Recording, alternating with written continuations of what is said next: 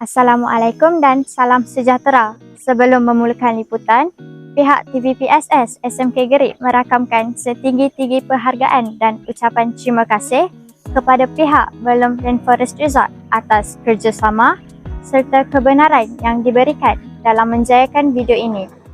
Raya Belum bukan sekadar destinasi ekopelancongan. Di sebalik keindahannya, tersimpan khazanah alam yang tidak ternilai dan menjadi warisan untuk kita semua. Inilah Raya Belum. Khazanah alam negara.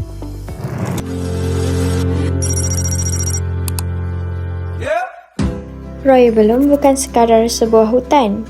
Di sinilah ribuan spesies flora dan fauna hidup dalam ekosistem yang sangat bernilai. Pelancong berpeluang menikmati pelbagai aktiviti yang menarik seperti menyusuri tasik Temenggong dengan bot, jungle trekking, memerhati burung dan menyelami keunikan budaya masyarakat orang asli.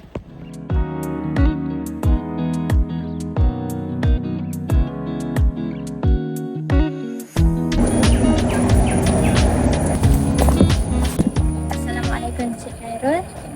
Boleh terangkan serba sedikit tentang jungle trekking di bawah Belum Rainforest Resort? Okay, boleh, terima kasih. Kepada pengunjung Belum Rainforest Resort dan juga di Pulau Banding, kita ada aktiviti seperti jungle trekking untuk memberi pengalaman kepada pengunjung berjalan di dalam hutan. Kita ada juga macam sini, kita ada infoboard berkenaan dengan pokok-pokok. Contoh Medang Teja adalah pokok yang ni, pokok ni.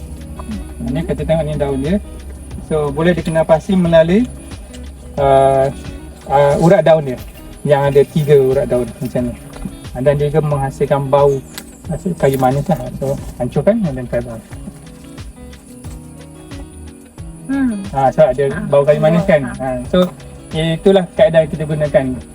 Satu, visual. Kedua, sentuhan. Dan yang ketiga, mengenai dari bau. Itu dia sebenarnya. Terima kasih Encik Khairul atas penerangan. Sama-sama.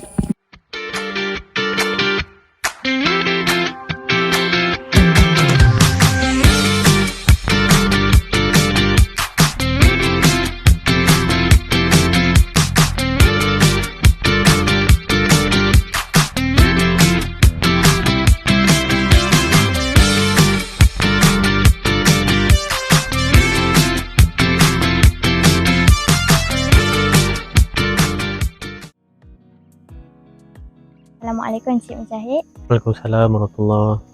Baiklah, saya kru TVPSS SMK Gerik ingin menemu bual Encik berkaitan Raya Belum. Boleh Encik memperkenalkan diri Encik?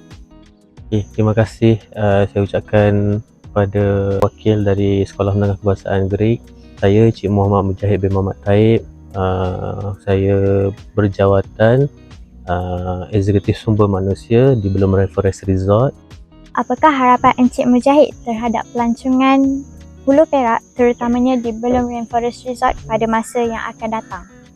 Okay, untuk kita di Belum Rainforest Resort, kita sangat-sangat berharap lebih ramai lagi pelancong dalam dan luar negara untuk datang ramai-ramai ke Belum Rainforest Resort dan juga menikmati segala pakej yang kita ada.